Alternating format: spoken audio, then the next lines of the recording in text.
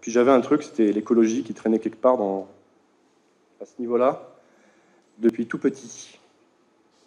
Et puis je lui disais, t'inquiète, on verra plus tard. Non, non, j'ai pas le temps. Là, je sais pas comment faire. Enfin, bon. Mais c'est toujours là. C'est-à-dire, c'est le premier souvenir, c'est des oiseaux englués, en gros, par la énième marée noire. Et moi, je suis tout petit, je fais. Ouf. Et à chaque fois qu'il y avait un nouvel élément de catastrophe écologique, je me le prenais en pleine gueule. Et en fait, je l'ai cumulé comme ça. Et puis au bout d'un moment. Ouf. Puis dans mon job, dans ce cabinet de conseil, on me demande d'étudier les pistes d'optimisation pour réduire les coûts des entreprises. Et je m'aperçois qu'à la marge, en fait, j'étudie des sujets qui ne sont pas encore dans nos offres pour voir si on peut faire quelque chose.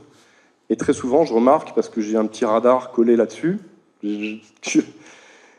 où je vois qu'il y a des éléments d'écologie par-ci par-là dans les coins qui pourraient optimiser ces coûts pour les entreprises. Et j'en parle à mes supérieurs et tout, et ils me rigolent au nez en me disant bon, écolo, va fumer ta bœuf ailleurs, je sais pas quoi. Enfin, de toute façon, ça crache. Enfin, ils voulaient des trucs très très rentables avec 5-6 chiffres, et là on pouvait gagner que 2 ou 3 chiffres, donc ils s'en foutaient un peu. Dans un coin, je me dis merde, quand même, putain, c'est important, il suffit de. Enfin, certains trucs sont de l'ordre de la décision pour une entreprise, et j'ai un tilt une fois, parce que dans notre boîte à nous, on consomme avant tout du papier, c'est un cabinet conseil. Et le papier, on renégocie nos contrats de fourniture de bureau régulièrement, on négocie tout de toute façon pour avoir les coûts les plus bas possibles, c'était notre métier. Et au bout d'un moment, on s'aperçoit que les mecs qui apportent le papier et qui déposent les ramettes repartent les mains vides. Et en négociant avec le bonhomme nous dit bah, si vous voulez, on peut repartir les mains pleines avec votre papier usagé. Et la décision, c'est oui ou non, on le fait pas, ça coûtait 0 en plus. Le camion repart plein au lieu de repartir vide, le papier est recyclé, tac, pour 70 personnes qu'on avait au bureau d'un coup. Je me dis là, il y a un truc. Bah, là, quand un chef d'entreprise ou un général des armées dit maintenant tout le monde fait ça, il y a un effet, je trouve ça intéressant. Quoi. Tout d'un coup, si l'entreprise fait 5000 personnes, c'est 5000 personnes qui consomment du papier qui est recyclé direct.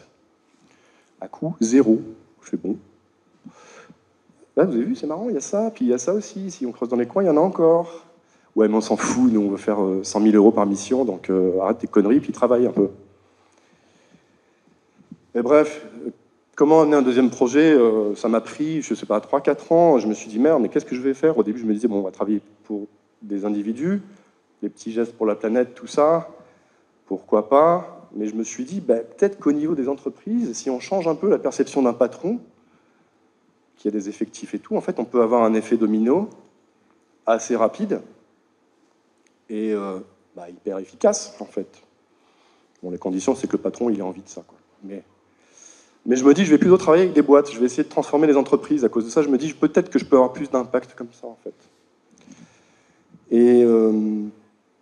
Et du coup, j'ai cherché un nom, j'ai partagé sur le groupe pour avoir plusieurs solutions, des suggestions, brainstorming, et puis je retiens bio-entrepreneur.com, où je me dis, ce truc-là, ça claque, j'aime bien,